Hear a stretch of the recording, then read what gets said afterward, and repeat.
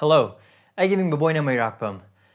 Nahanam pamas di sorgi wapaw ta na bagida maglak piba ang sige magkatagachari. Agi prathna di nahak na takdir ba wapaw ang sige mapal na isor buhay na nungsiba amasung mahaki mi aduga mahaki singlup buhay na nungsiba sini. Diba ehak na nahaki na pamda nolukchoning ba dudi nahak na takdir ba wapaw asina. Nahak na nahaki singlup ta pipam tok pa nahaki commitment amasung nahaki singlup ki luching ba singi makapon pam tok pa adugi mahuti silhan bigano. Adu ba wapaw sige mapal na. Nakagising lupa hinanong siba, nakagising lupa luching musing buhay hinanong siba, at quite maruoy na, isuri matik mangalig na magtihing ba punsi na chakot pa adu, eki pratana ni. Ibang umaki wapaw, taminas.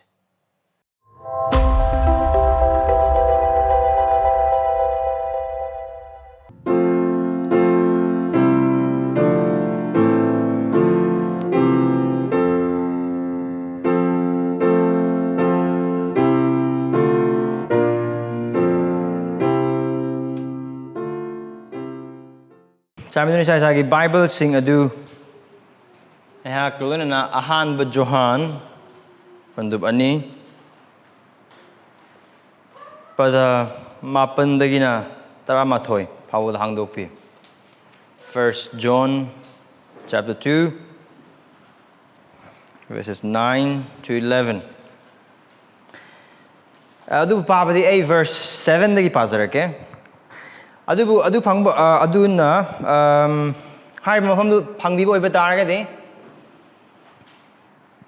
Johan ato mafam Johan pandu taraga mga pada taraga ni toy musung taraga humdo hangdokpi John chapter 15 verses 12 and 13 John pandu taraga mga pada taraga ni toy musung taraga humdo Sure you haina mato asumna haidunalay. Ay nakoy nungsiba dugum na nakoy na maga nung sinagadabani haiba sa egi yathang ni. Mi man mahaki marup singida mathawai thabi ba sidagi hena chawbo nungsiba kana amatagi laite. Nasigi mafam han ba Johan pandab ani padma pandagi na taraga mathoy adu bai pada tare tai pasarke. Ichile nausa aina nakoy ano ba yathang ama iba nate adubu aho badagi nakoy na phangkrab ariba yathang adu aina ibane ariba yathang adu di nakoy na aho badagi tarba wa adu ni amon aina nakoy da ano ba yathang ama ire masi mangonda amasung nakoy da chumbane marandi amamadu hokre amasung hausiga chumba mangaldu ngalare Kanagumba man manganda lay hairaga mahaki machin manao bu yeng thirabade Hauji pawa mahaka mambada lay Mahaki machin manao nung siba mahagaduna manganda leng dun lay Aduga mangonda khudi thiningai maram amatalayte Aduga mahaki machin manao bu yeng thiba mahak aduna adu amambada lay re amasung amambada chatli Aduga mahana kadai chatli bano khangde Maramdi amambana mahaki mamid tanghal. Masi sorgi wahay ni. Prahna tau si sorgi matengis. Kui pamsung kui sor. Chan biduna ay koi bu nahaki wahay gi mapana wa ngangbi. Ay koi amamgi punsida. Ay koi amamgi thamoida. Adu ay koi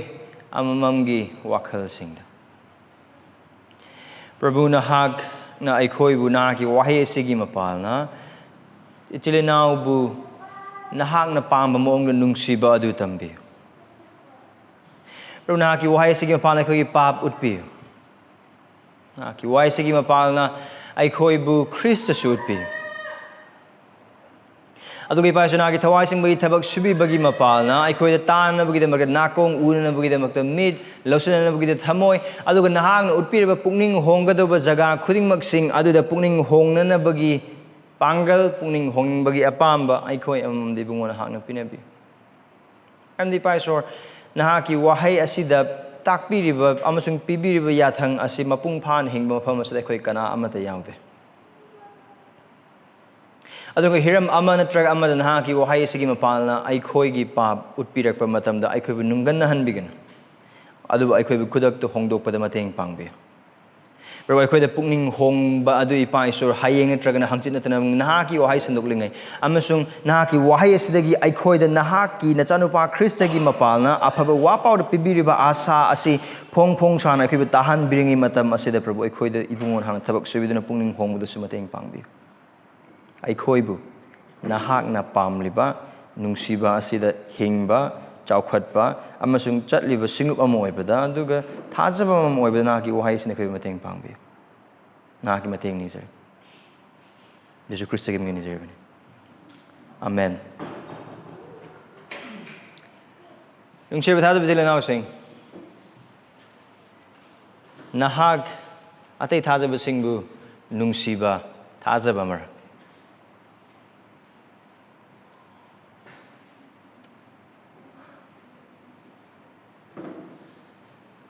ꯉꯁꯤꯒꯤ ꯋꯥꯄꯥꯎ ꯑꯁꯤꯗ ꯑꯩꯈꯣꯏꯅ ꯆꯪꯃꯤꯟꯅꯅꯕꯒꯤꯗꯃꯛꯇ ꯍꯥꯏꯔꯤꯕ ꯋꯥꯍꯪ ꯑꯁꯤꯗꯒꯤ ꯑꯩꯈꯣꯏꯒꯤ ꯄꯨꯟꯁꯤ ꯑꯃꯁꯨꯡ ꯊꯃꯣꯏ ꯆꯥꯡ ꯌꯦꯡꯁꯤ ꯉꯁꯤꯃꯛ ꯐꯥꯎꯕ ꯑꯁꯤꯗ ꯅꯍꯥꯛ ꯑꯃꯁꯨꯡ ꯑꯩꯍꯥꯛꯅ ꯍꯤꯡꯂꯤꯕ ꯊꯥꯖꯕꯒꯤ ꯄꯨꯟꯁꯤ ꯅꯍꯥꯛ ꯑꯃꯁꯨꯡ ꯑꯩꯍꯥꯛꯅ ꯁꯤꯡꯂꯨꯞꯀꯤ ꯃꯤꯑꯣꯏ ꯑꯃ ꯑꯣꯏꯅ ꯍꯤꯡꯂꯤꯕ ꯊꯥꯖꯕꯒꯤ ꯄꯨꯟꯁꯤ ꯑꯁꯤꯗ ꯅꯍꯥꯛ ꯑꯃꯁꯨꯡ ꯑꯩꯍꯥꯛꯀꯤ ꯄꯨꯟꯁꯤꯗꯒꯤ ꯏꯁꯣꯔꯅ ꯈ꯭ꯔꯤꯁꯇꯒꯤ ꯃꯄꯥꯜꯅ ꯑꯩꯈꯣꯏꯒꯤ ꯄꯨꯟꯁꯤꯗ ꯑꯃꯁꯨꯡ ꯑꯩꯈꯣꯏꯒꯤ ꯑꯀꯣꯏꯕꯗ ꯊꯝꯕꯤꯔꯕ ꯊꯥꯖꯕꯁꯤꯡ ꯑꯁꯤꯕꯨ ꯅꯨꯡꯁꯤꯕ ꯈ꯭ꯔꯤꯁꯇꯤꯌꯟ ꯑꯃꯃꯝ ꯅꯪ ꯑꯃꯁꯨꯡ ꯑꯩ ꯑꯣꯏꯕ꯭ꯔꯥ ꯑꯩꯍꯥꯛ ꯅꯨꯡꯁꯤ ꯍꯩꯕ ꯈ꯭ꯔꯤꯁꯇꯤꯌꯟꯂ ꯑꯩꯍꯥꯛ ꯑꯇꯩ ꯈ꯭ꯔꯤꯁꯇꯤꯌꯟꯁꯤꯡꯕꯨ ꯅꯨꯡꯁꯤꯔꯤꯕ ꯈ꯭ꯔꯤꯁꯇꯤꯌꯟꯂ ꯑꯩꯈꯣꯏꯅ ꯈꯪꯃꯤꯟꯅꯕꯒꯨꯝꯅ ꯖꯣꯍꯥꯟꯅ ꯃꯍꯥꯛꯀꯤ ꯑꯅꯤꯁꯨꯕ ꯄꯟꯗꯨꯞꯁꯤ ꯍꯧꯔꯛꯄ ꯃꯇꯝꯗ ꯊꯥꯖꯕꯁꯤꯡ ꯑꯁꯤꯗ ꯃꯈꯣꯏꯒꯤ ꯊꯥꯖꯕꯒꯤ ꯆꯤꯜꯍꯥꯏ ꯑꯗꯨꯒꯤ ꯃꯍꯩ ꯑꯗꯨ ꯑꯣꯔ ꯃꯈꯣꯏꯒꯤ ꯊꯥꯖꯕꯒꯤ ꯇꯔꯪ ꯈꯪꯕ ꯑꯗꯨ ꯆꯥꯡ ꯌꯦꯡꯗꯨꯅ ꯁꯥꯈꯤ ꯄꯥꯏꯍꯟꯗꯨꯅ ꯆꯨꯝꯃꯦ ꯑꯃꯛꯄ ꯑꯃꯠꯇ ꯌꯥꯎꯗꯅ ꯑꯁꯦꯡꯕꯃꯛ ꯑꯩꯍꯥꯛ ꯊꯥꯖꯕ ꯑꯃꯅꯦ ꯍꯥꯏꯅ ꯍꯥꯏꯕꯒꯤ ꯇꯔꯪ ꯈꯪꯕꯗꯨ ꯄꯤꯅꯕꯒꯤꯗꯃꯛꯇ ꯃꯍꯥꯛꯀꯤ ꯆꯥꯡꯌꯦꯡ ꯑꯗꯨ ꯍꯧꯕ ꯑꯩꯈꯣꯏꯅ ꯎꯃꯤꯟꯅꯈ꯭ꯔꯦ इहान हानब चांगिंग महांग हौबा अदु verse chapter 2 gi verse 1 dagina 6 phawba adudane maru oina haiba inbagi changiang the test of obedience karamba makhali karamba maikai romda aikhoi gi lamjat sajat moral obedience moral life ꯑꯩꯈꯣꯏꯅ ꯅꯣꯡꯃꯒꯤ ꯍꯤꯡꯕ ꯄꯨꯟꯁꯤ ꯃꯍꯤꯡ ꯑꯗꯨꯗ ꯑꯩꯈꯣꯏꯒꯤ ꯋꯥꯈꯜ ꯑꯩꯈꯣꯏꯒꯤ ꯊꯕꯛ ꯑꯩꯈꯣꯏꯒꯤ ꯋꯥꯉꯥꯡ ꯁꯉꯥꯡ ꯑꯩꯈꯣꯏꯒꯤ ꯋꯥꯈꯜꯂꯣꯟ ꯍꯤꯔꯝ ꯈꯨꯗꯤꯡꯃꯛꯁꯤꯡ ꯑꯗꯨꯗ ꯑꯩꯈꯣꯏꯅ ꯏꯁꯣꯔꯒꯤ ꯃꯔꯨꯑꯣꯏꯅ ꯑꯩꯈꯣꯏꯅ ꯖꯤꯁꯨ ꯈ꯭ꯔꯤꯁꯇꯒꯤ ꯌꯥꯊꯪ ꯑꯗꯨꯒꯤ ꯃꯇꯨꯡꯏꯟꯅ ꯌꯥꯊꯪ ꯑꯗꯨ ꯉꯥꯛꯇꯨꯅ ꯍꯥꯏꯔꯤꯕ ꯃꯍꯥꯛꯀꯤ ꯌꯥꯊꯪꯁꯤꯡ ꯑꯗꯨꯒꯤ ꯃꯇꯨꯡ ꯏꯟꯅ ꯃꯔꯝ ꯑꯣꯛꯄ ꯑꯐꯕ ꯍꯥꯏꯕ ꯏꯟꯕ ꯊꯥꯖꯕ ꯑꯃꯒꯤ ꯂꯤꯆꯠ ꯑꯗꯨꯗ ꯍꯤꯡꯕ꯭ꯔꯥ ꯍꯥꯏꯅ ꯍꯥꯏꯕꯒꯤ ꯆꯥꯡꯌꯦꯡ ꯑꯗꯨꯅꯤ ꯑꯗꯨꯒ ꯍꯥꯏꯔꯤꯕ ꯆꯥꯡꯌꯦꯡ ꯑꯗꯨ ꯃꯍꯥꯛꯅ ꯌꯦꯡꯕ ꯂꯣꯏꯔꯕ ꯃꯇꯨꯡꯗ ꯃꯍꯥꯛꯅ verse 7 ꯑꯁꯤꯗꯒꯤ ꯄꯨꯟꯅ ꯍꯤꯡꯃꯤꯟꯅꯕꯒꯤ ꯄꯨꯟꯁꯤ ꯑꯗꯨꯒꯤ ꯆꯥꯡꯌꯦꯡ the social tests ꯑꯗꯨꯒ ꯍꯥꯏꯔꯤꯕ ꯄꯨꯟꯅ ꯌꯦꯡꯃꯤꯟꯅꯕꯒꯤ ꯆꯥꯡꯌꯦꯡ ꯑꯁꯤꯁꯨ ꯃꯥꯏꯀꯩ ꯑꯃꯗꯗꯤ ꯍꯥꯏꯕ ꯏꯟꯕꯒꯤ ꯆꯥꯡꯌꯦꯡꯅꯤ ꯃꯔꯝꯗꯤ ꯄꯨꯟꯅ ꯍꯤꯡꯃꯤꯟꯅꯕꯒꯤ ꯄꯨꯟꯁꯤ ꯊꯥꯖꯕ ꯑꯃ ꯑꯣꯏꯅ ꯄꯨꯟꯅ ꯍꯤꯡꯃꯤꯟꯅꯕꯒꯤ ꯄꯨꯟꯁꯤ ꯑꯁꯤꯗꯁꯨ ꯑꯩꯈꯣꯏꯅ ꯍꯤꯡꯒꯗꯧꯔꯤꯕ ꯑꯗꯨ ꯑꯩꯈꯣꯏꯒꯤ ꯑꯅꯤꯡꯕ ꯑꯄꯥꯝꯕ ꯑꯗꯨꯒꯤ ꯃꯇꯨꯡꯏꯟꯅ ꯅꯠꯇꯅ ꯑꯍꯧꯕꯗꯒꯤ ꯏꯁꯣꯔꯅ ꯃꯍꯥꯛꯀꯤ ꯃꯤꯁꯤꯡꯗ ꯄꯤꯔꯕ ꯑꯅꯧꯕ ꯌꯥꯊꯪ ꯑꯔꯤꯕ ꯑꯗꯨꯕꯨ ꯑꯅꯧꯕ ꯌꯥꯊꯪ ꯑꯗꯨꯕꯨ ꯏꯟꯕ ꯄꯨꯟꯁꯤ ꯃꯍꯤꯡ ꯑꯗꯨꯗ ꯍꯤꯡꯕ ꯑꯗꯨꯒꯤ ꯃꯄꯥꯟꯅ ꯈꯪꯕ ꯉꯝꯒꯅꯤ ꯑꯗꯨꯒ ꯍꯥꯏꯔꯤꯕ ꯌꯥꯊꯪ ꯑꯗꯨ ꯀꯔꯤꯅꯣ ꯍꯥꯏꯕ ꯑꯩꯈꯣꯏꯅ ꯃꯃꯥꯡꯒꯤ ꯅꯣꯡꯃꯥꯏꯖꯤꯡꯗ verse 7 ꯗꯒꯤꯅ verse 11 ꯐꯥꯎꯕꯗꯨꯗ ꯑꯩꯈꯣꯏꯅ ꯌꯦꯡꯃꯤꯟꯅꯈ꯭ꯔꯦ ꯑꯗꯨꯒ ꯑꯗꯨꯒꯤ ꯌꯥꯊꯪ ꯑꯗꯨꯗꯤ ꯀꯔꯤꯅꯣ ꯊꯥꯖꯕꯁꯤꯡꯒꯤ ꯃꯔꯛꯇ ꯂꯩꯕ ꯅꯨꯡꯁꯤꯕ ꯊꯥꯖꯕ ꯑꯃ ꯑꯣꯏꯅ ꯏꯁꯣꯔꯒꯤ ꯌꯥꯊꯪꯁꯦ ꯑꯇꯩ ꯊꯥꯖꯕ ꯏꯆꯤꯜ ꯏꯅꯥꯎꯁꯤꯡ ꯑꯗꯨꯕꯨ ꯃꯤꯆꯪ ꯃꯤꯈꯥꯏ ナꯏꯗꯅ ꯅꯨꯄꯥ ꯅꯨꯄꯤ ꯈꯥꯏꯗꯅ ꯑꯉꯥꯡ ꯑꯍꯜ ꯈꯥꯏꯗꯅ ꯖꯥꯠ ꯕꯤꯖꯥꯠ ꯈꯥꯏꯗꯅ ꯅꯨꯡꯁꯤꯕ ꯑꯗꯨꯒ ꯑꯩꯈꯣꯏꯅ ꯃꯃꯥꯡꯒꯤ ꯅꯣꯡꯃꯥꯏꯖꯤꯡꯗ ꯇꯥꯈ꯭ꯔꯕ ꯑꯗꯨꯒꯨꯝꯅ ꯍꯥꯏꯔꯤꯕ ꯌꯥꯊꯪ ꯑꯗꯨ ꯑꯁꯤꯒꯤ ꯊꯥꯖꯕ ꯑꯃꯅ ꯈ꯭ꯔꯤꯁꯇꯤꯌꯟ ꯑꯣꯏꯈ꯭ꯔꯕ ꯈꯨꯗꯤꯡꯃꯛꯇ ꯏꯁꯣꯔꯅ ꯄꯤꯕ ꯌꯥꯊꯪꯅꯤ ꯑꯗꯨꯒ ꯍꯥꯏꯔꯤꯕ ꯌꯥꯊꯪ ꯑꯁꯤ ꯍꯥꯏꯔꯤꯕ ꯌꯥꯊꯪ ꯑꯗꯨꯗ ꯄꯤꯔꯤꯕ ꯋꯥꯍꯩ ꯄꯤꯔꯤꯕ commandment ꯑꯁꯤꯒꯤ ꯑꯔꯨꯝꯕꯗꯣ ꯑꯗꯨꯝ ꯎꯕ ꯐꯪꯉꯤ ꯈ꯭ꯔꯤꯁꯇꯤꯌꯟ ꯑꯃ ꯑꯣꯏꯅ ꯅꯪ ꯑꯃꯁꯨꯡ ꯑꯩꯈꯣꯏꯅ ꯁꯤꯡꯂꯨꯞ ꯑꯁꯤꯗ ꯂꯩꯈ꯭ꯔꯕ ꯊꯥꯖꯕꯁꯤꯡ ꯑꯗꯨꯒ ꯑꯀꯣꯏꯕꯗ ꯂꯩꯕ ꯊꯥꯖꯕꯁꯤꯡ Maruina, Singh was the Ahan, Singh was the as like a Tazaba sing Adubu Nungsi Nabagi, the Makta Haiba, say Isor the Gilakpa, Christa the Gilakpa, Pautak Amanate, Suggestion Amanate. Aduga, Nungsi the Suyaba, Nungsi the Suyaba, Adugum Amana, I say, Mamang no mas the way Takrabadun. Madam, they say Yatangne. Ningto the Gilakpa Yatangne. I call Mahaki Ningto the Bakler, Mahaki Manai sing. Adu Ningto Adugi Yatang inba Adu, Manai Oikrabai Koigi, Taudang. Aduga Tazab Amna Mamang no mas Ukra Adum Haina, Ningto Asibu, Tazaraba Ningto Asibu, Kanglaba, Manai Oikraba Tazaba, Kuding Magna Ningto Asigi Yatang Asibu, Wahanga Mata Taudana, and this element Pishandana, Kudong Chada Bada Kudong Chaba, Laubagi Mapala Natana, Ningtona Piba Yatang Adu Soidan Ingani Audu in Pamsutogi. Yatang Adu Madang. Yat High Basa Yatang, suggestion nate. Aduga Nungsigadori Bagi Tag Adusu Mahakna, my yexing Utkre. Nungsigadori Bagi Tag Adusu. High Yatang Aduda, I can Johan the Jesu Khristagi Tambi Badu Matuni Yankee Baduka Mana John 13, the Magi Seboxing Aduga Chakang Adu Cham Nabagi the Makta Pamba Matamadu Magi Seboxing Tambi Baduka. Ano Biatang Amay na ko piri, na ko magaganung sino. Ay hang na ko nungsibir basigum na ko amagaganung sino. Aduna standard to ay hak na Singh was the labor me amabu karam hana nungsigani haina haiba thak adu ay khoigi aigi thamogi aning ba pamba or me aduna aingonda kayam nungsibire or me aduna aingonda kayam afaba thabak tobire or me aduna aingonda kayam mangna tore adugi thak amata nate adubu kristana nangamusung aibu nungsibire ba adugi thak aduda atobe chilinaw adubu nungsiba atei thadu chilinaw sing adubu nungsiba adu thakni aduga aikoina nungsigadoriba adusu again MCQ nate multiple choice question kitab nate isorna singlup asida thambirkraba thasaba khudingma mod manabasu mod khara tinadabasu nungsibada laiba misingsu nungsibada waba misingsu now ngarang aikoina yonba larik singi marka Jamie Dunlop the evil larik am khak yawe loving the one who drives you crazy, right? Even though there is anyone who drives you crazy, love that person. Mamni Krishna koy kamay nungsibi. Karam kam Krishna koy nungsibi. Ay koy magi yek na boring. Ay koy magi yathang thugai ring. Ay koy mangon dagi lab na cheling. Koy nungsibi. Howjuk su nungsibi ri. Karam ba matam da su. Thasab amoy magi manaya amoy koy hingba ngamdaba punsigi matang sing tangkag sing lay. Hai ba koy na takraba magi yathang asimak su mamangi haukraba mamangi haptagi numit sing da phawda ai koy mapung phana in mangam khidam matam sing lay mapuroi ba amoy na nupi amoy na mapa amoy na macha amoy na sinuki thasaba amoy na hiram mama natraga amada marumapang singi marakta nangamasung ai karigum ai koy ni isorgi mangda ai koy ni hingliba punsi du taseng na changeng laga taseng na khangba adu ai koy oiba targadi hoi nungsibagi yathang asi ai hak na mapung phana in khidam adu in khidam matang sing lay haiba ai nangamasung ai hak na khangi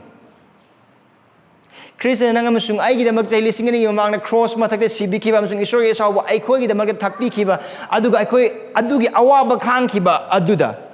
Andi kadariba nangamasung ay na mangon thazaraba matungda ay koy na tawgadaba papsing ay koy gi kudi thigadaba sing ay koy gi mai thigadaba sing ay koy gi failure sing ay koy gi haibilo daba khudimo sing loina makangbi ay koy gi khwaidagi amot ba khwaidagi sengdaba khwaidagi worst oiba pap adu tarakadaba phawba mahangna khangbi yet he still died for us mana ko gidamag sibi adu Kristana piba yathang amasung thakni. Now that yathang adugi matang adu the mahangna John verse 7 the 8 pauba sida ano badu ariva yathang haina harna tambira ba matung adu the mana verse 9 dagi makhata na lake.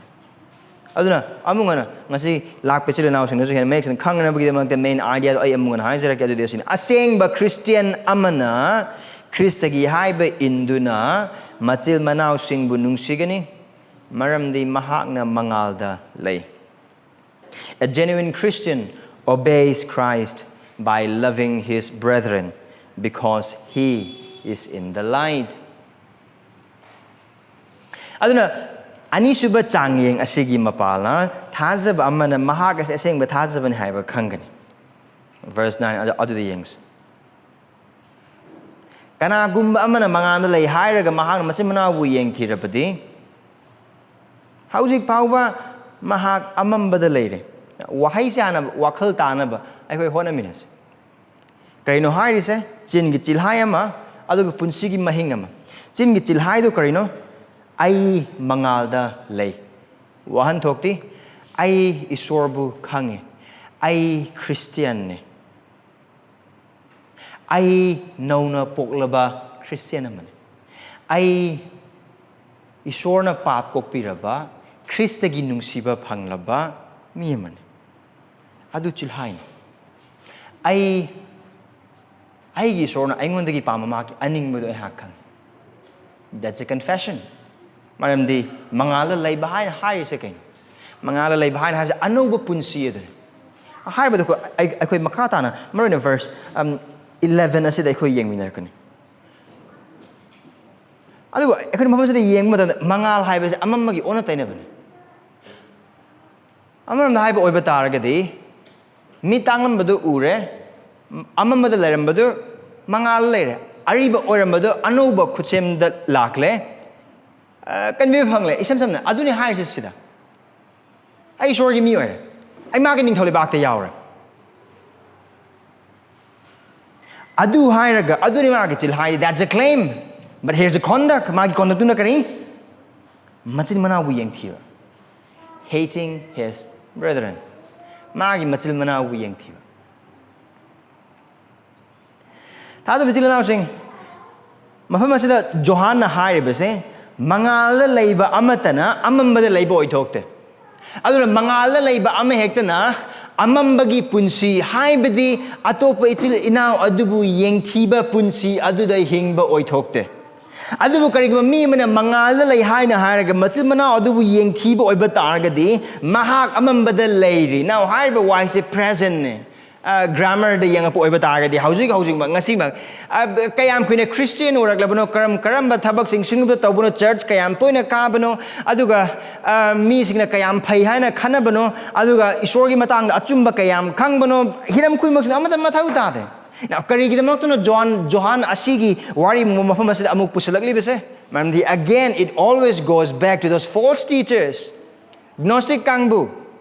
Losing Layana claim to a Kangbu sing.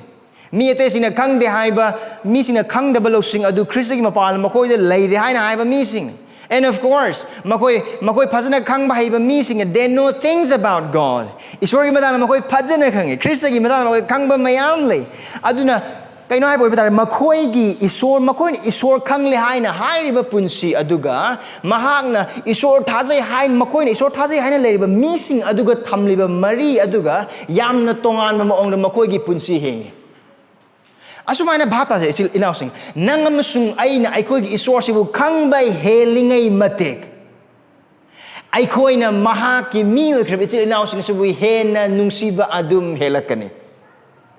The more we know God, the more we will love our fellow brethren. Kadi kita magta maram di isor kang bay helingay matik ay gipap kayam yambano magi minungsina kayam yambano ay bu kayam kokpiribano ay bu kayamana ngakpiribano ay bu kayamana nungsibiribano ay gi matik chadaba mahaki thaujal phangba matik chadaba adu isor kang bay helingay matik hena adum khanglakani. Adu oiba targadi ainasu asikalakani kari ato pichilinaw na aingon na tauba asoiba dagidi ay hak na ay bunung siba ay gidamagda cross matagda sibi kiba ay gidamagda sargi pambal thado kiba ay gidamagda masano pa phawak kathok pikiba isor musung Khristagi mayokta tauba Khristagi mayokta hingma punchidona thoidok hendok ni hele aduna ay asuk yamna chawba paba si mahang ngasi phaw ay bu kokpi bo oiba targadi asi gichil inaw sidi Mahapo kopi badi ay ngondagi ay hak na tawang amba ay gi prabhubu nungsi bagi punsi mahingina adu kangani.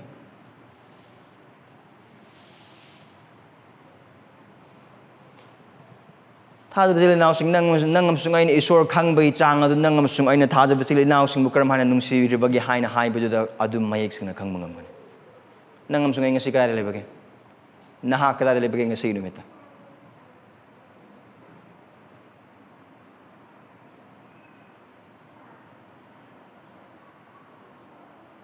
aduna haiba achumba sina maram oiraga mangalda leiba aduna machil manawu yengthirabadi haujiksu mahak amambada leire meaning no ma mangalda lanthoraktre meaning ma Christian noidre ma kanbiba phangdri ma isor khangdri isor ga thengnadri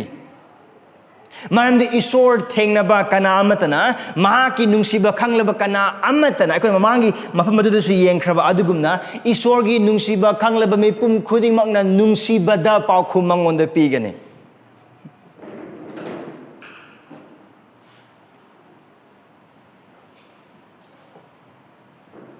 mafam sida Johan asigi jaga sida mahakna tawribase maraki line chingde ga gray line ma chingde manaosingbu nungsidaba adubu asigi marakta leiba yaba jaga ama kaisu asida pide black and white ni mana nganglibase mangalga amambaga nungsibaga yengthibaga amarom haiba oiba taragadi amam mangal leiba mafamda amamba leiba yadabagumna nungsiba leiba mafamda yengthiba leiba yaroi ani adu punsinaba yaroi isinga thawga adugi maongdane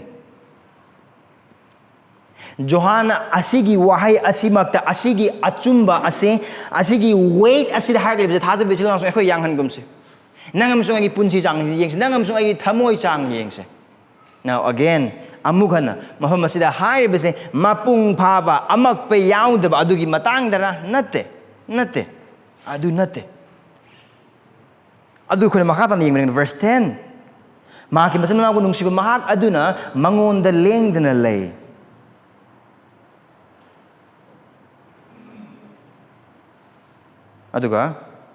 aduna manganda sorry mahak masana ko nungsiba mahak aduna manganda lengdana lay aduga mangonda khudi thiningai amata leite ubras da jona tawrise yengthibaduna amambada nungsibaduna mangalda Karasu nungsiba, karasu yengthiba, adugi punsida hingba yabra little love, little hate? No. Ado oibetari verse 10 yung sulok ba matam na mahakna hairibase kaino. What is he saying actually? Hang nang haki ang hairab adugum na mangala leiba asi isorgi thawai na nauna poktuna isorgi punsi aduda laktuna Khristagi amata oiduna mahaki ningthau leibakta leiduna mahaki aningba khangduna mahaki nungsibagi amasung mahaki thaujal adubu nungti khudingi thakpagi punsi adudane Jesus Christ mahaki sebok sing na mangonda haisna bagi damakta asina koina khangba prathana ne Prabhu ki tambiba prathana Aikoi laman tonba singbu kokpi raba gumna aikoi gi laman kokpi amarom da haibo oiba taragadi Prabhu nahang aikoi gi pap kokpi aikoi so aikoi gi chilinaw singi pap kokpi ba sigum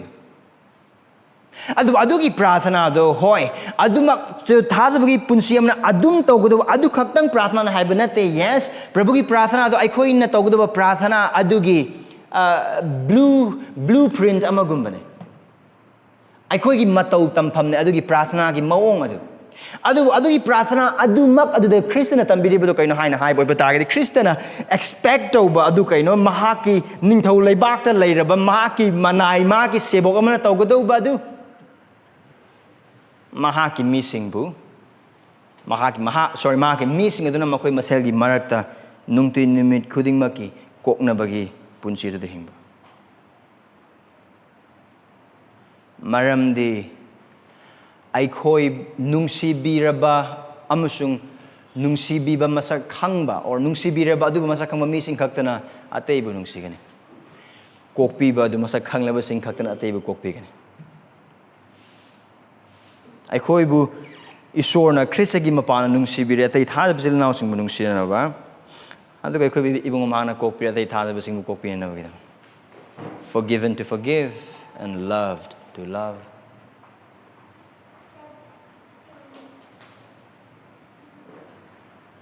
Ado guma missing ado. Mangala lay ba missing. Masin manawo nung si ba missing ado. Ado tada bisila inausing hire base. Karama makalagi nung si ba. Karama makhalig nungsiba. Mafam sa decision na ibawahay si Matay manawag yung marakta laiba nung sinaba adugi matang sunat Marup singi marakta laiba nung sinaba adugi matang sunat Adu bahari bawahay si isor na mahaki mising da utpira ba nungsiba adumagadun. Zaman ano ba man natin ihalang ng sige nubita hari ba si ay ko na pakri ba wahay adu sini John chapter 15 da ay ko na nahak ay hangan na koy bulung sibir ba adugum na koy na amag nung sino. Again, high bas like wakal to minasi. Tada ba sila nausing? Amuk na thak adugi matang da John mo pamas da pusul le hoy. Asigi thak kasi mga verse 7 naman sung 8 adugi matang da high matang assume to kraba thak aman adu mapamas da di mahag mayek seg na pusula Nung sibagi wakal asi pusulak pagimpal. How's pa wo Christian nga musung ay gi ayoran kokpir. Ay ko na thawai mahaki thawai wahan ba matang sing mayam laiboy batargasu hauju pa ba mahangan nga musung ay gi damakta mapagi yetang bada pamduna athoy puro hilen amoy na ay koy amamam gi damakta prathana atobir ay koy gi pab amusung ay koy gi punsi siga harb oy batargadi ngarang numidang nang amusung ay gi aroy ba numidang amusung numid oram bayabane adubu Khristagi thaujal na isor gi kokpi haiba adugi mapalna ngasi gi numid ay koy na uba phangi adugu mafam masda ay koy isor ba kurumba phangi asigu manungsiba Now, haiba nungsiba asi tongan-tongan maong da tongan-tongan wakalon gi oiba ayam na unrealistic oiba maong da leiba Mityeng lay kani o nungsiba oiba taragadi karig masinglup asida or thadab sila inausing nungsiba oiba taragadi warong na ba lay do or say soy na ba yada ba or say saw na ba yada ba or say ket na ba lay ba yada ba or maray ga yet na ba yet na ba adu mo makalgi nungsiba dante mahum sa haiba sa Tasba mo oin himina ba matamda ay koy na karoy ba amadi ay koy si hojik su Jisu Krista na ay koy gi pap tagi thawai sa mugi thabak su bagi mapala kanbiri ba missing we are still a saved sinners ay koy gi nungda pap ki mamule ay koy gi nungda ay koy amam na hapok ko doroy ba ay koy gi pap sing le napal gi chauzening bagi missing a thagat piba pam bagi Aigi aning badu khaktang tongning bagi aigi apam badu khaktang utning bagi mising na thagat haning bagi mising na uhanning bagi miwa nganganing bagi chin thining bagi or chin thi bagi nungsiba haita bagi warau chaugan bagi thamoi kaigan bagi thamoi kaigan in the sense phatta ba wrong gi do nate khajidang haiba yanda ba khajidang ashoiba amma ta haiba yada ba kangphali ikai thabi do na konsan na ba hana leiba adagi di khatang haiba yada ba sabau do na matu ka phok pa hira ma natraga amma da ai khoi da loina makle tha da bajil na usa ai khoi amam singlu ba se tha za ba amone lak pa matam da ai khoi na pungning honggo do mathau ta ba pa mayam adu nambo po do na lak pa mi sing ne Adu single mas like ni hingmin na ba matam da haiba nambo adagi amma natraga amma da tara aga adu duna tamoy ai khoi thamoi kai matam sing lai gani ai hak thamoi kai matam sing lai gani ai hak mi sing mu thamoi kai matam lai gani jamana na khoi na mi gi thamoi kai matam lai gani na khoi bu thamoi kai lak matang sing lai gani na khoi wa ta da bagum na kan matang lai gani o na khoi na mi gi wa ta da matang sing lai gani sinu manung sida lai ko matam da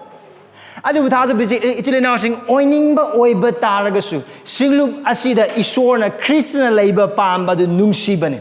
maramdi kari damak tun haiba oiba taragade Christian nangam sung ai mafam utpire ba nungsi ba ase ai khoi amam sung singlup asida labor oiba taragade haiba pap khuding mak sing adu ai khoi ama soidna kok na gani tu mina lesson bagi mapana ka su oiroi adu bu askhoi bu unar ko matan nungsi ba achum ngangna bagi mapala semdong na bagi mapala itile now nahak aingon na nungai ta ba lebra kari na nungai ta ba le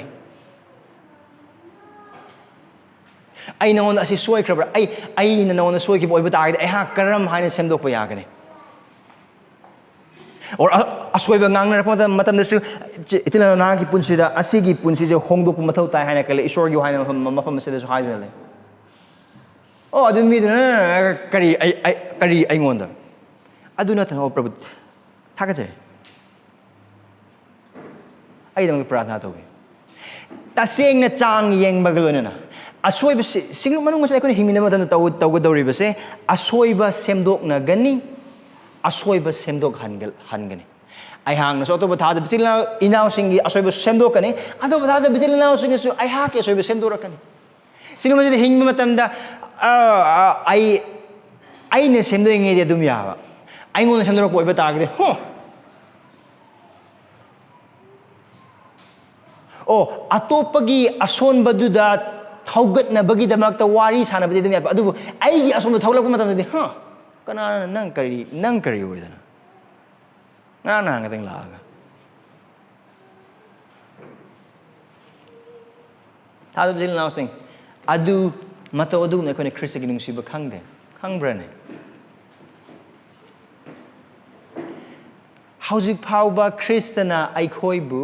ไอ้คอยกีปาบมาส่งอส่วนบดามหากิมินุงสิดาปุ่งนิ่งหงบังไงจนะงัสีพาวบดันดีปีบิดนะไล่บปาบสิ่งนั้นมาส่งไอ้ปุ่นสิดาไล่เตบระ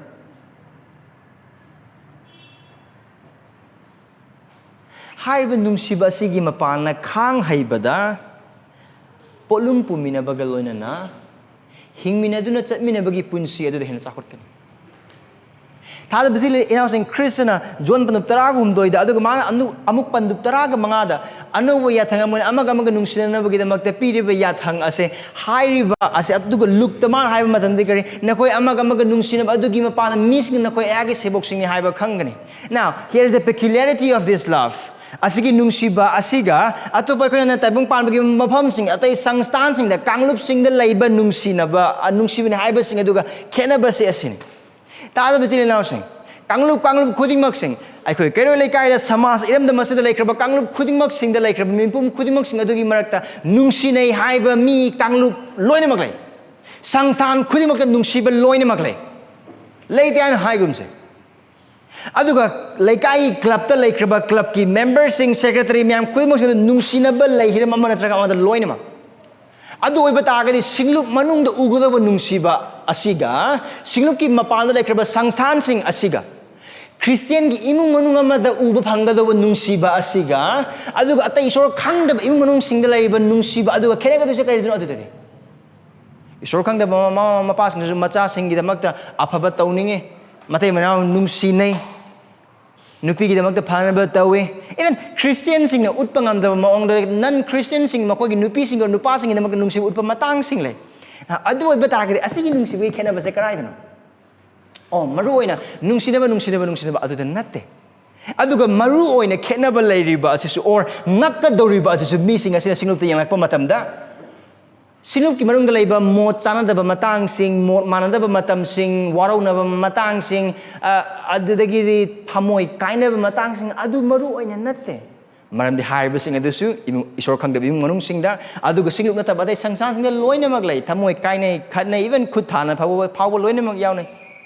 singlup asida khut thana ba mag na ta ba oi ba tar ga su haijen ngai warau na ba mi sing lai ta ba na te o ai gi wadi ama da tabi da singlup asida ai bu karam ba mi yeng bi ri ba no adu dagi di o ai ngon di asi pi bi rakte ai ngon di sumaina khut so solak te ai ngon di ai yim di sumaina lak pi ai gi da mag di prathna ta bi rakte tongan ba maong da asigi maong khuding mak sing asida singlup manung da su nungai na da bagi atmosphere lai ta ba na te o adu oi ba ta ga di karama khenaris Singlup tadi hariba khena ba matam sing hariba wakhal manrak ba matam sing hariba thamoi nab makhai warau ba matam sing hariba amaga misunderstand tonarak ba matam aduda Khristagi nungsiba aduna maram oiraga nungaina da sing adugi matang aduda isorgi wahai na mayai da thamlaga asengba thamoi dagi ai mangai re haiba natna ichilina asun engon dagi na phai haina haibagi nolokbagi wakhal aduda semdok na ba chumthok na ba aduga haiba ngarang na handa warau naramba nupa ga nupi ga aduna pungning honglaga nomaising numita mafam asida laga punna phamina isor thagat minaba now adu ubumata that's the peculiarity of this love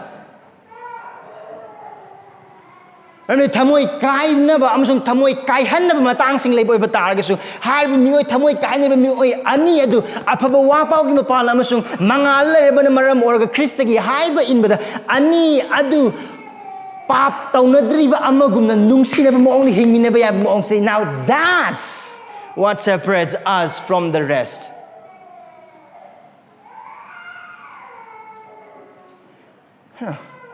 Waraw na ba layba layba? No, waraw na ba compulsory dum laygan ko. Laygan. Adu waraw na ba sing layboy ba tanaga so? Khristagi nungsiba adu mapal na. Kok na ba? Karigumba kokpi ba mathau taboy ba tar kokpi ba? Aduga mi atay duna kokpi ba mathau taboy ba tar kokpi hanan ni se ba? Adugi wakal na adu lak matam. Mamni thaza be ichile inausing nangam sungay na Khristagi phanglaba nungsiba asin ay koy thumhat po oy ba targadi harba du mangal ne harba mangal aduna ichile inausing adugi asoy ba khakate ulakadi se aigi asoy ba se ulakani. Mamni mangal na amamba adubu tanthokani. Yanadaba amsung nungainadaba lakpa matamda ai chumme adagi thazaba amana haura adu hawfam thokte maramdi kaino haiba oiba tagi adu akoi thazangi mang hinglama punsin right haib indaba amagi punsi mahing aduni amamba lairingai matamda hinglama punsine ai mangai re phaba ai mangai re chumba adudagi di ai khange ai loni mag bhapai adugi wakal aduna maram orakanda ai ngonda changeng pham thokpa ai ngonda upham thok ai ngonda kari asoiba lei ai ni puni hongba yaba jaga sing kari lei oh asigi wari sana boiba tagadi ai ngonda karma potential lei ai khara phingat pa mi oiba tagadi ai karamba wahai lakpa nda phingat le adu asigi matang sa ai solve toba pami karama adugi phingat pa adudagi ai pothagani amasung adudagi hakamaina mai pakare or sanagadu wari ase maisa dagi na mangal karma haina pigani adugi wakal kan moloni mang hogani marmi thaza bichile now sing asi hana na koi ne pham hanjan harbo hayman adu bosing asigi ni medeso koi masela maga ningsing na se Mama like Gospel Community Church member ko khuding magsing sa ko sargatana sa minari ba thaza bichile now sing aduga asigi sargatana sa minabagi punsigi machat asida akogi asoiba unarakani soidana chatminna ba helingai matik aphabasing sudum urakani patabasing sudum urakani anabasing su urakani sengbasing su urakani sengdebasing su urakani adubu kariguma nahak amasung ay hakna singlup asida nungsiba adu gi punsidu hingnana ba adu singlup asigi amata oiba adu ngakpa adu harba aikoina chatminariba punsi asida aikoina urakraba sengdeba adu maru oina yumpham oraga oiba targadi aikogi singlup asida amata oiba adu sungam ngamloi aduga aikoi amata nongmaising numita kaktang isai sakminaba oiba targas ningthogabdagi thang phawda magi thoba punsi pangdi hingani aduga yes hiram kharadadi aikoi papi oibana maram morakana aikoi gi asoiba amasung asonba khudimosing achumba jaga sing adum leitaba nate adukoi yimpam sekren Krista mamdi Krista ga nang amasung aige nungti gi dum chatminaba oiba taragadi maha kayagi matik sengmano maha kayagi matik thaujal haibano maha kayagi matik kokpi haibano mahang aigi kayagi matik yama pap kokpi kre amasung kokpiri mahang aigi asoiba kayagi matik ngakpi kre amasung ngakpiri mahang aihapu haki apangba kayagi matik tolerate taubi kre amasung taubiri aikoi adum hena khanglakani ai adune hana hagi mahang da hai kru Krista bu khangba helingi matik isor bu khangba helingi matik achile naw singa chatmina bada hena nungsiba da hena chahokani adu nang amasung aina singlu asida laikraba thaja be chile naw singbu nungsinana bagi damak yumpham adu kaino isor bena kam masakang Krista bena masakang Krista gi hai ben asin adu mafam asida jona hai base adugum ne hingleba miyoy adu adugum hingleba miyoy adu mangana lengdan lai manganda laibana maram oraga mahak mi atai asoiba khaktang uroi mahak asoiba sudum une Mandi kano hai boy bataraga de aikoi napal se papne adudagi di isage de kanba se papne adudagi di mingon dagi thada basing dagi tongan khaidokbagi hingbagi punsi aduga kokpiba haitaba aduga khang haitaba khudingmak sing se aduga chatminnabagi wakhalon se asi kaya laitana tongan mong da aigi on pace da aigi ani mapamagi matungna chatpa khudingmak sing bible gi matungna yangna koi bataraga di singlup ugadauba amasung hingadauba mahing nate aduga harba khudimosing pap na koina mayek sing adum khangbadum ngam adubu hairiba adugi matang da ai isana haijabana amane ai napal lay ai missing nungsiba ngam do matang lay ai so mata aduna pura mai kai amane adu ai khoi ayam gi problem se karamba matam da lak puno haina hai boy batar ga di atupa mina ingonda ai napal to haina harak matam da na missing im damak da khangan den wangang ku matam ai isana ai sole haina hairiba amsung aina chumthok mathau ta haina khaliba wakhalon adu do atopa mi amana aingonda adu wahai do ma harak matam da pal le ko de adu karigum aikoina asigi nungsiba asigi mangal asida hingdeba punsi oiba targadi and that's what he will be continuing in verse 11 pada tram ka man har ka dise adune adu do udaba oiba targadi saugat pagi fingat pagi sabo oibagi kangphali kai thebi oibagi adu gi mong adu loine maklei adu thaja bijela naw sing adu aikoi punsida ufam oifam thokte again mapung phaba nungsibra mafam asida hari base natte adu mafam asida joana hari base ne ason masing lai boi batar ge so khudi thiba matam sing lai boi batar so nungsiba sigi matang da asengba thajba amadagi asigi nungsibagi punsi soidena ugani kristana mahakpu nungsibiraba gumna nungsibagi punsi se haiba asida mahak matam chupada nungti nimit khuding maki nangam sing nungti nimit khuding maki soiba mata laitana ngamba mata laitana sakani haina haira natte soiba matang laigani maram de koi thamoi minam chawbo thamoi aikoi isana isabu minam jaba matang sing lai adugumba matam sing aduda aikoina nungsi haina khanbo oiba targasu ayaki wangang dagi sangang dagi demeanor dagi aduga hiram khuding mak sing dagi nungsi daba maong oiba sing laitaba natte lai koi khudi thigedra thigane aikoi haiba yathang ase indaba matam laigedra laigane adubu asengba thajaba mangalda lairaba ama oiba targadi aduda punsi hingloi aduda punsi ningai dena leiroi adudagi isorgi amasung thajabasing mateng lobagi mapalna isor amasung Kristabu nungsibada aduga aihak kanano aihak mahaki manane mahak kanano aihak mahak aihaki prabhune mahak aihaki ningthone adu oiba tagidi magi manai amo oi hana tokum tokuse kaino magi haibin ba magi yathangduna kaino isil nausingbu nungsiba o adu oiba tagidi wang hangbi mathau tade isil inausingna aigi patanaba kyam tobu oiba tagasu aibu lana kyam lobu oiba tagasu aina ingadoribase aigi ningthau yathangni aduna aigi ningthau yathang ingini prabhu aibu mateng pangbi thajabasila na aibu mateng pangbi pastor ai mateng pangbi again here is not talking about perfect love here on earth but a progressing Christian life mafam asida hairibase mapungpung pha pharaba amakpa amata leitraba aduga saunaba amata leitraba lana launaba amata yaudaba nungsiba dug matang da nate adubu saunaba sing nungainadaba sing thamoi kaiba sing tupthaba matang sing asonba jaga khudimak sing adu gulona Khristagi haiba inbada chokhat liba nungsibagi punsi da adu oiba targade mangala le adu kare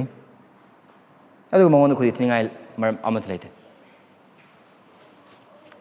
nungsibada Khristagi nungsiba adu khangna Khristagi nungsiba adu de hingliba thajaba kana amatana atai thajaba sing khudi thialo adune jona mafam sida hari base karama matam dai khoina mi simu khudi then bage aikoi isagi ason badu kaya khangdana amasung khandana atopagi ason basing adu aikoi gi main topic orok matam da aikoi gi prathana adu aikoi gi pap amasung ason basing adu pungning hongna bana tana mi atagi pap adu pungning hongna ba katang prathana tawbada dum lelak matam da atai thajaba ichil inaw sing aduda isorna tawbiba thaujal oiba thabak to amata uba ngamdana makoi asoiba amasung ason badu adum uraga leiba aduga amaronda karama matam da kone ichil inaw sing khudi thian bage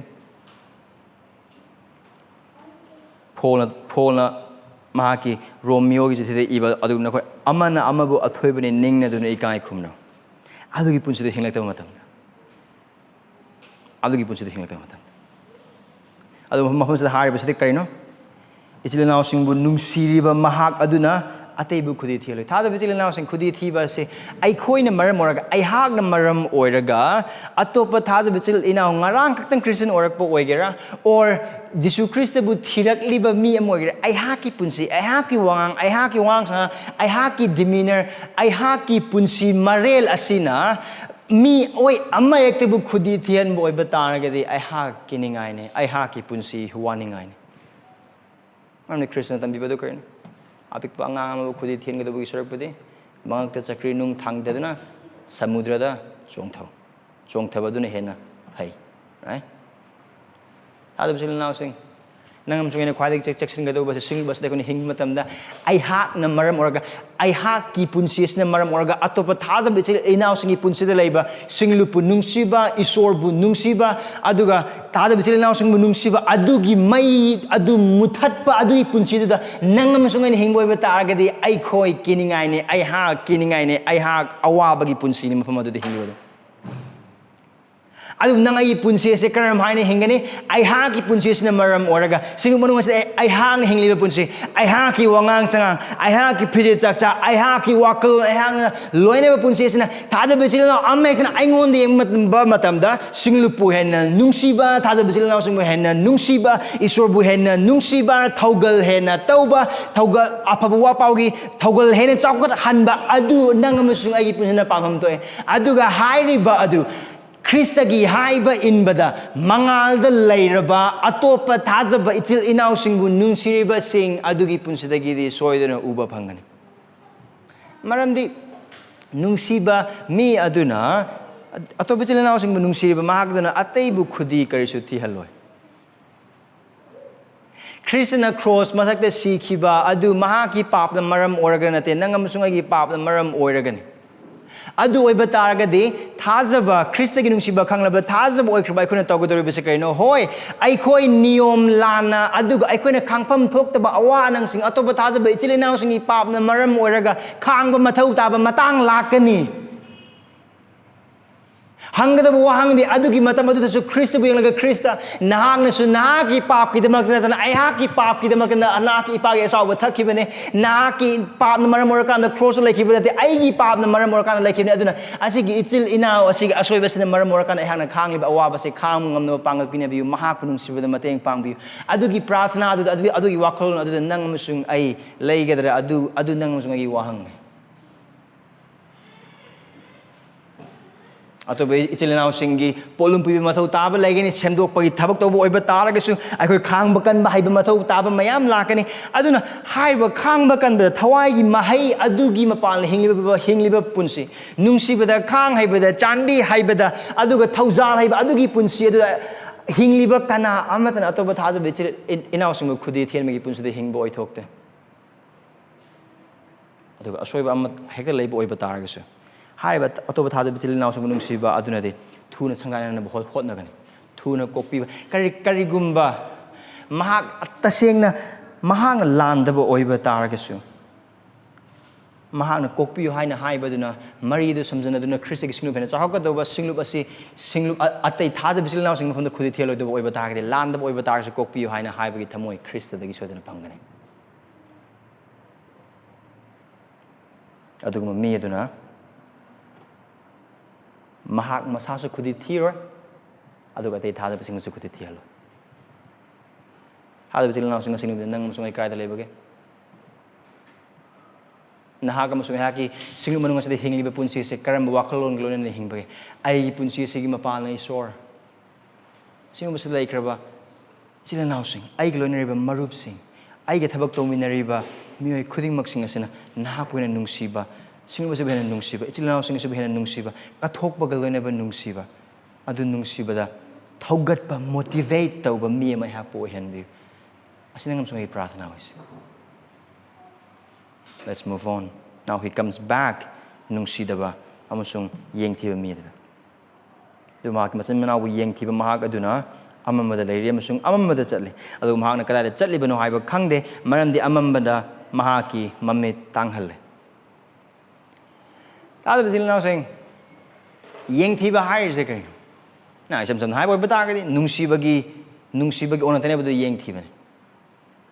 wa hai ne yengthiba lai punsi mahing ne yengthiba lai adu thajaba moina sigi yengthibagi mong se karam haina utkini yes both spiritual and physical thawai ga ba maike dagi su hakchang ga ba maike dagi su now hakchang ga ba maike de karam haina aikoi ichilinaw singbu yengthi amasung mi singna yengthibage madi lairabane ꯑꯩꯗꯤ ꯏꯅꯥꯛ ꯈꯨꯜꯂꯦ ꯑꯗꯨꯅ ꯃꯥꯒ ꯑꯩ ꯂꯣꯏꯅꯗꯕꯅ ꯍꯦꯟꯅ ꯐꯒꯅꯤ ꯑꯣ ꯃꯥꯗꯤ ꯑꯩꯒ ꯋꯥꯈꯜ ꯀꯌꯥ ꯃꯥꯟꯅꯗꯦ ꯑꯗꯨꯅ ꯃꯥ ꯂꯣꯏꯅꯗꯕ ꯑꯣ ꯁꯤꯗꯤ ꯁꯍꯔ ꯃꯆꯥꯅꯤ ꯑꯣ ꯑꯗꯨ ꯑꯣꯏꯇꯥꯔꯒꯗꯤ ꯀꯩꯁꯨ ꯀꯥꯏꯗꯦ ꯃꯥꯒ ꯂꯣꯏꯅꯕ ꯑꯣ ꯁꯤꯗꯤ ꯈꯨꯡꯒꯪ ꯃꯆꯥꯅꯤ ꯈꯔ ꯆꯥꯎꯈꯠꯄ ꯈꯔ ꯋꯥꯠꯂꯦ ꯁꯤꯅꯤ ꯑꯗꯨꯅ ꯑꯩꯈꯣꯏ ꯏꯁꯥꯒꯤ ꯊꯃꯣꯏꯗ ꯂꯩꯈ꯭ꯔꯕ ꯁ꯭ꯇꯦꯟꯗꯔꯠ ꯑꯗꯨ ꯌꯧꯗꯕ ꯀꯅꯥ ꯑꯃꯠꯇꯕꯨ ꯑꯩꯈꯣꯏꯒꯤ ꯏꯅꯥꯛꯇ ꯄꯨꯁꯜꯂꯛꯄ ꯈꯛꯇ ꯅꯠꯇꯅ ꯏꯅꯥꯛꯇ ꯆꯪꯍꯜꯂꯛꯇꯅꯕ ꯂꯣꯏꯅꯃꯛ ꯍꯣꯠꯅꯕ ꯑꯗꯨꯒꯨꯝꯕ ꯃꯤꯁꯤꯡ ꯂꯩꯇꯕ ꯅꯠꯇꯦ ꯊꯥꯖꯕꯁꯤꯡꯒꯤ ꯃꯔꯛꯇ ꯑꯗꯨꯒ ꯍꯥꯏꯔꯤꯕ ꯃꯤꯁꯤꯡ ꯑꯗꯨꯅ ꯍꯛꯆꯥꯡ ꯂꯣꯝꯒꯤ ꯑꯣꯏꯕ ꯃꯥꯏꯀꯩꯗ ꯌꯦꯡꯈꯤ ꯑꯗꯨꯒꯨꯝꯕ ꯃꯤꯁꯤꯡ ꯑꯗꯨꯅꯗꯤ ꯃꯥꯡꯅ ꯄꯥꯝꯗꯕ ꯃꯤꯗꯣ ꯑꯗꯨꯅꯕꯨ ꯉꯥꯡꯉꯛꯄ ꯑꯣꯏꯕ ꯇꯥꯔꯒꯗꯤ ꯅꯥꯀꯣꯡꯗ ꯁꯨꯡꯆꯪ ꯆꯪꯗꯦ ꯉꯥꯡꯂꯛꯂꯤꯕ ꯋꯥꯁꯦ ꯏꯁꯣꯔꯒꯤ ꯋꯥꯍꯩꯔꯥ ꯏꯁꯣꯔꯒꯤ ꯑꯆꯨꯝꯕ ꯑꯗꯨꯒ ꯀꯔꯤꯝꯇ ꯅꯠꯇꯦ ꯇꯥꯅꯤꯡꯗꯦ ꯀꯔꯤꯒꯤ ꯃꯥ ꯑꯩ ꯄꯥꯝꯗꯦ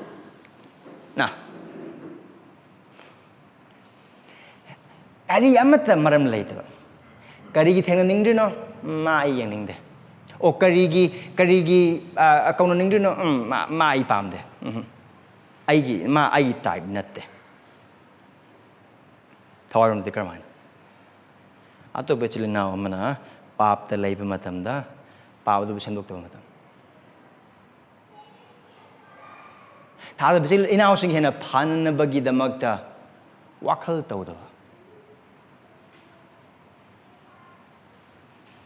ꯃꯈꯣꯏꯒꯤ ꯊꯋꯥꯏꯒꯤ ꯄꯨꯟꯁꯤ ꯑꯗꯨꯅ ꯈ꯭ꯔꯤꯁꯇꯕꯨ ꯍꯦꯟꯅ ꯅꯨꯡꯁꯤꯕ ꯄꯨꯟꯁꯤ ꯑꯗꯨꯗ ꯀꯔꯝ ꯍꯥꯏꯅ ꯑꯩꯍꯥꯛꯀꯤ ꯄꯨꯟꯁꯤ ꯑꯁꯤꯅ ꯃꯇꯦꯡ ꯄꯥꯡꯒꯅꯤ ꯍꯥꯏꯕꯒꯤ ꯋꯥꯈꯜ ꯈꯟꯕꯒꯤ ꯃꯍꯨꯠꯇ ꯂꯣꯏꯅꯃꯛ ꯑꯩ ꯑꯃꯁꯨꯡ ꯑꯩ ꯐꯔꯒ ꯂꯣꯏꯔꯦ ꯑꯩ ꯃꯤꯁꯤꯡ ꯎꯕꯤꯔꯒ ꯂꯣꯏꯔꯦ ꯑꯩ ꯃꯤꯁꯤꯡ ꯊꯥꯒꯠꯄꯤꯔꯒ ꯂꯣꯏꯔꯦ ꯑꯩ ꯃꯌꯥꯝꯒꯤ ꯃꯔꯛꯁꯤꯗ ꯂꯩꯔꯒ ꯂꯣꯏꯔꯦ ꯑꯇꯩꯗꯤ ꯀꯩꯁꯨ ꯈꯟꯗꯦ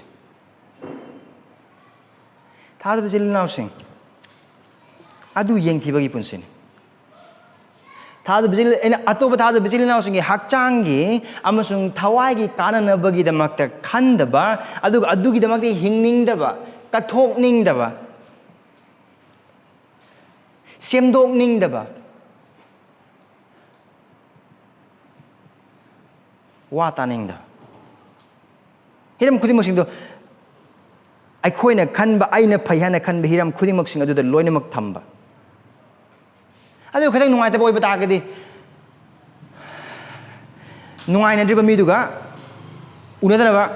ꯋꯥꯔꯤ ꯁꯥꯟꯅꯗꯅꯕ ꯂꯥꯞꯊꯣꯛꯅꯕ ꯑꯗꯨꯝ ꯇꯧꯕ ꯑꯁꯤꯒꯤ ꯆꯥꯡꯗꯝꯁꯦ ꯑꯁꯤꯒꯤ ꯋꯥꯈꯜꯂꯣꯟꯁꯤꯗ ꯍꯥꯏꯐꯦꯠꯇꯪ ꯈꯜꯂꯒ ꯌꯦꯡꯁꯦ ꯑꯩꯈꯣꯏ ꯏꯃꯨꯡ ꯃꯅꯨꯡ ꯂꯣꯏꯅꯃꯛ ꯂꯩ ꯏꯃꯨꯡ ꯃꯅꯨꯡ ꯂꯩꯈ꯭ꯔꯕ ꯑꯩꯈꯣꯏ ꯍꯛꯆꯥꯡꯒꯤ ꯑꯣꯏꯕ ꯏꯃꯨꯡ ꯃꯅꯨꯡ ꯈꯨꯗꯤꯡꯃꯛꯁꯤꯡ ꯑꯗꯨ ꯂꯩꯈ꯭ꯔꯕ ꯃꯃꯥ ꯃꯄꯥ ꯑꯣꯔ ꯃꯇꯩ ꯃꯅꯥꯎ ꯑꯣꯔ ꯃꯆꯥꯒ ꯃꯄꯥꯒꯤ ꯃꯔꯛꯇ ꯑꯣꯔ ꯃꯃꯥ ꯃꯄꯥꯒ ꯃꯆꯥꯁꯤꯡꯒꯤ ꯃꯔꯛꯇ ꯅꯨꯡꯉꯥꯏꯅꯗꯕ ꯃꯇꯥꯡ ꯂꯩꯇꯕ꯭ꯔꯥ ꯂꯩ ꯑꯩꯈꯣꯏ ꯏꯆꯤꯜ ꯏꯅꯥꯎꯁꯤꯡꯒ ꯈꯠꯅꯕ ꯃꯇꯥꯡꯁꯤꯡ ꯂꯩ ꯑꯗꯨꯕꯨ ꯑꯩꯈꯣꯏ ꯏꯆꯤꯜ ꯏꯅꯥꯎꯗꯨ ꯈꯠꯅꯔꯦ ꯍꯥꯏꯗꯨꯅ ꯑꯩꯈꯣꯏ ꯌꯨꯝ ꯊꯥꯗꯣꯛꯄ꯭ꯔꯥ ꯀꯧꯕ ꯂꯦꯞꯄ꯭ꯔꯥ ꯑꯇꯣꯞꯄ ꯀꯥ ꯚꯔꯥ ꯑꯃ ꯊꯤꯔꯒ ꯑꯗꯨꯗ ꯑꯩꯈꯣই ꯂꯩꯕ꯭ꯔꯥ ꯑꯩꯈꯣꯏ ꯀꯅꯥꯝꯇ ꯑꯗꯨꯒꯤ ꯄꯨꯟꯁꯤꯗꯨ ꯍꯤꯡꯗꯦꯅ ꯊꯥꯖꯕ ꯏꯆꯤꯜ ꯏꯅꯥꯎꯁꯤꯡ ꯁꯤꯡꯂꯨꯞ ꯑꯁꯤ ꯏꯁꯣꯔꯒꯤ ꯏꯃꯨꯡꯅꯤ ꯑꯩꯈꯣꯏꯒꯤ ꯍꯛꯆꯥꯡꯒꯤ ꯏꯃꯨꯡꯗ ꯍꯤꯡꯂꯤꯕ ꯄꯨꯟꯁꯤ ꯑꯗꯨ ꯁꯤꯡꯂꯨꯞ ꯃꯅꯨꯡ ꯑꯁꯤꯗ ꯑꯩꯈꯣꯏꯒꯤ ꯄꯨꯟꯁꯤꯗꯒꯤ ꯍꯤꯡꯐꯝ ꯊꯣꯛꯏ ꯑꯗꯨꯒ ꯍꯥꯏꯔꯤꯕꯒꯤ ꯄꯨꯟꯁꯤ ꯑꯗꯨ ꯏꯆꯤꯜ ꯏꯅꯥꯎꯁꯤꯡꯕꯨ ꯅꯨꯡꯁꯤꯕꯒꯤ ꯄꯨꯟꯁꯤꯅꯤ ꯁꯥꯎꯅꯔꯣꯏ ꯍꯥꯏꯔꯦ ꯑꯒꯦꯟ ꯑꯃꯨꯛ ꯁꯥꯎꯅꯕ ꯃꯇꯥꯡ ꯂꯩꯒꯅꯤ ꯍꯤꯡꯃꯤꯟꯅꯕ ꯃꯇꯝꯗ ꯏꯃꯨꯡꯗ ꯐꯥꯎꯕꯗ ꯃꯇꯩ ꯃꯅꯥꯎ ꯁꯨꯡꯈꯠ ꯈꯠꯅꯗꯕ ꯃꯇꯩ ꯃꯅꯥꯎ ꯁꯨꯡꯈꯠ ꯈꯠꯅꯗꯕ ꯃꯆꯤꯟ ꯃꯅꯥꯎ ꯇꯥꯏꯕꯪ ꯄꯥꯟꯕꯒꯤ ꯀꯔꯝꯕ ꯃꯐꯝꯗ ꯂꯩꯒꯦ ꯑꯝꯇ ꯊꯤꯔꯛꯑꯣ ꯃꯇꯩ ꯃꯅꯥꯎꯁꯤꯡꯒꯤ ꯃꯔꯛꯇꯁꯨ ꯅꯪ ꯑꯩꯒꯤ ꯅꯨꯄꯥꯗꯨꯅ ꯅꯪ ꯑꯩꯒꯤ ꯑꯄꯦꯟꯕ ꯑꯃꯗ ꯈꯪꯗꯦ ꯅꯪ ꯑꯩꯒꯤ ꯑꯅꯤꯡꯕ ꯈꯪꯗꯦ ꯀꯥꯏꯅꯔꯁꯦ ꯇꯧꯕ꯭ꯔꯥ ꯅꯪ ꯅꯣꯏ ꯏꯟꯁꯥꯡ ꯍꯥꯎꯇꯦ ꯀꯥꯏꯅꯔꯁꯦ ꯅꯪ ꯑꯩꯒꯤꯗꯃꯛꯇ ꯒꯤꯐ ꯂꯩꯕꯤꯗꯦ ꯅꯪ ꯑꯩꯒꯤꯗꯃꯛꯇ ꯗ꯭ꯔꯦꯁ ꯂꯩꯕꯤꯗꯦ नुपा ꯀꯥꯏꯅꯔꯁꯦ ꯇꯧꯕ꯭ꯔꯥ ꯇꯧꯗꯦ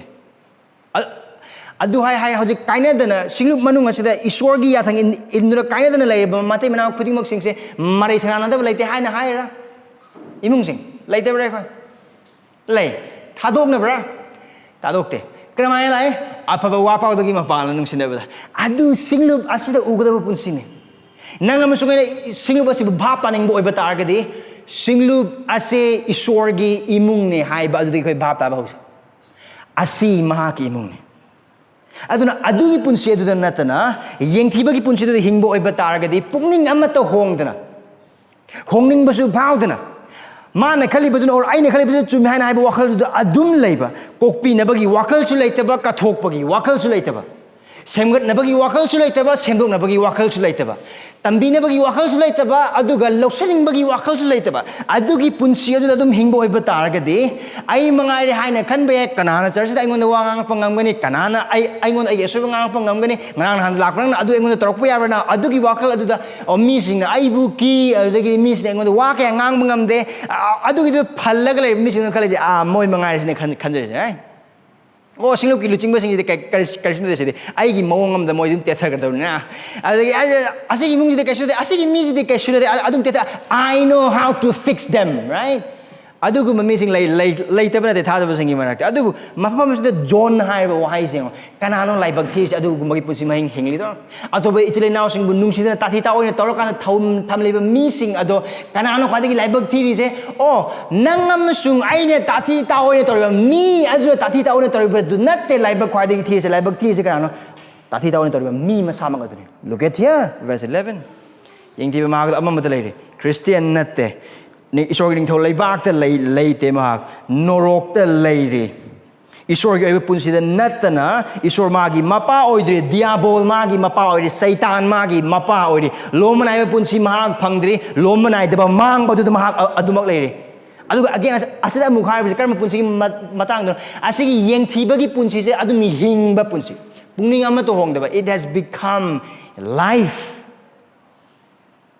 Amamba the labor katanate chatle. Mana kai the chali bakangde.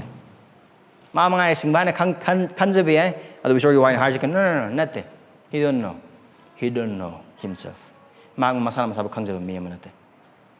Mahakna Toido kind of a bata when the you ngog Bama gets up money. Mapamarang Kanga Punsi the Mount Hingley. Mama I had a webata targets. Karigi, maramdi amana mahakna mitang. Man the Yang Tiva haiba say Atopata the Italy now sing the labor sorgi, Tabakam Tauza Kumushin Amat Ubangamo, Amati Yang Bangamo, Aduna, Kang Bakan Bagi Mahuta, Patatadopa, Kok Bagi Mahuta, Aswabing the Masing Isalagatum Tamba, on Angon Suman Sokabanina, Suman Sokabanina, a whom looks for Target, Amuta the Angon Church, under whom looks for Venezuela, Kata Isalagatum Tamgre. No Pudanat and Napal the Hingane. Taza Singh, Aduga Punbagi Mota, Kaido Pumatang thing. Atopa Taza Bisil now sim Hena Panakan Bagi Mota, Mamma Hena Panakan Adu Dum Legane. Aduga Atopa Taza Bisil now sing Kana Bidam the Kanbag Dagide, Mahakanaba, self centeredness instead of other centeredness, abiding and not living instead of abiding, pride in place of humility, isolation in place of fellowship. Adu Batagadi. Kari Mubangamoy is a blind person. Mamitang babin. Tauzal matautai. Mamit Uranabagam. Father of Zilin Housing. Ishorgi Apambade. I koyamaganung sinaban. Chris Nekunung Sivasing. Hoyakoi sole. I act sole. Adubu.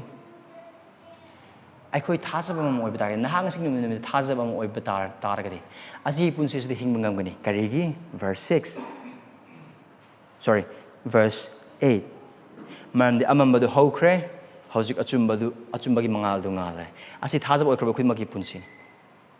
Nungsibagi Punsi is up and away the Honabamatamda. Wagani, Man the Honabazangani. Nungsida Honagani. I have to strive to love the one who drives me crazy. Arrive na tehabe khangi. Lui. Adu kaino khoi. Isori thawa khoi nung thabak subi na maram moraganda. Ai khoi gi punsida leiba pa adu kanbiri ba thaja ba sing amamba do haukhre. Mangal adu hena dum ngalak le khoi da. Mapung hena dum pharak pa punsida do khoi naksal lakle. No one not going to put a pung pagani. Nungsiba mapung power the Koda Sword and Legani. Adu give me a power with the Isorgi Tauzalda, Khristagi, haiba inbada, mangalda later but missing ama or maram oraga. Amaga nungsinas. Adu haiba, I call Khristagi, meaning Asengba Christian and haibagi sakini. Brathnatos. Prabhu Isor.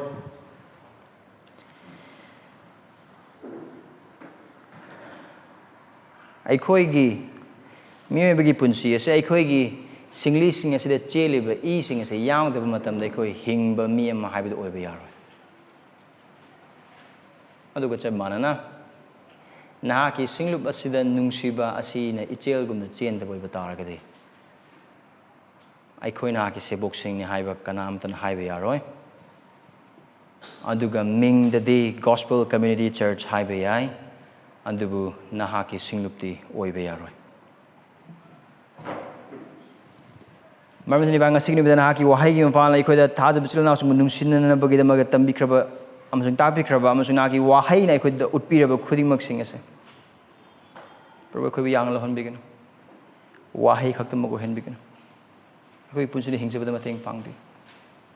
ꯑꯩꯈꯣꯏꯒꯤ ꯄꯨꯟꯁꯤ ꯆꯥꯡ ꯌꯦꯡꯖꯗꯨꯅ ꯑꯩꯈꯣꯏꯅ ꯏꯆꯤꯜ ꯏꯅꯥꯎꯁꯤꯡꯕꯨ ꯅꯨꯡꯁꯤꯕꯒꯤ ꯄꯨꯟꯁꯤ ꯑꯁꯤ ꯈꯜ ꯑꯣꯟꯖꯗꯨꯅ ꯄ꯭ꯔꯚꯨ ꯅꯍꯥꯛꯀꯤ ꯑꯅꯤꯡꯕ ꯑꯄꯥꯝꯕꯒꯤ ꯃꯇꯨꯡ ꯏꯟꯗꯕ ꯖꯒꯥ ꯈꯨꯗꯤꯡꯃꯛꯁꯤꯡꯗꯨꯗ ꯄꯨꯛꯅꯤꯡ ꯍꯣꯡꯖꯗꯨꯅ ꯅꯪꯉꯣꯟꯗ ꯂꯥꯛꯆꯗꯨꯅ ꯊꯥꯖꯕ ꯏꯆꯤꯜ ꯏꯅꯥꯎꯁꯤꯡꯒꯤ ꯃꯇꯦꯡ ꯂꯧꯖꯗꯨꯅ ꯄ꯭ꯔꯚꯨ ꯏꯁꯣꯔ ꯅꯨꯡꯁꯤꯕꯗ ꯍꯤꯡꯕ ꯄꯨꯟꯁꯤꯗꯨꯗ ꯑꯩꯈꯣꯏ ꯃꯇꯦꯡ ꯄꯥꯡꯕꯤꯌꯨ ꯄ꯭ꯔꯚꯨ ꯑꯩꯈꯣꯏ ꯁꯣꯜꯂꯤ ꯅꯍꯥꯛꯀꯤ ꯊꯧꯗꯥꯡ ꯑꯗꯨꯛꯀꯤ ꯃꯇꯤꯛ ꯃꯊꯧ ꯇꯥꯏ ꯄ꯭ꯔꯚꯨ ꯑꯩꯈꯣꯏ ꯃꯉꯥꯜꯗ ꯂꯩꯔꯕ ꯅꯍꯥꯛꯀꯤ ꯅꯆꯥꯁꯤꯡ ꯍꯥꯏꯕ ꯀꯥꯎꯍꯟꯕꯤꯒꯅꯨ ꯑꯩꯈꯣꯏ ꯃꯉꯥꯜ ꯑꯁꯤꯗ ꯆꯠꯄꯗ ꯃꯇꯦꯡ ꯄꯥꯡꯕꯤꯌꯨ ꯃꯔꯝꯗꯤ ꯑꯗꯨꯒꯤ ꯃꯄꯥꯡꯅ ꯑꯩꯈꯣꯏ ꯏꯆꯤꯜ ꯏꯅꯥꯎꯁꯤꯡꯕꯨ ꯅꯨꯡꯁꯤꯒꯅꯤ ꯈꯨꯗꯤꯡꯃꯛꯁꯤꯡ ꯑꯁꯤꯒꯤ ꯃꯄꯥꯡ ꯅꯍꯥꯛꯀꯤ ꯃꯤꯡ ꯍꯦꯟꯅ ꯋꯥꯡꯁꯅꯨ ꯑꯩꯈꯣꯏꯅ ꯅꯦꯝꯁꯅꯨ ꯖꯦꯁꯨ ꯈ꯭ꯔꯤꯁꯇꯒꯤ ꯃꯤꯡ ꯅꯤꯖꯔꯕꯅꯤ ꯑꯥꯃꯦꯟ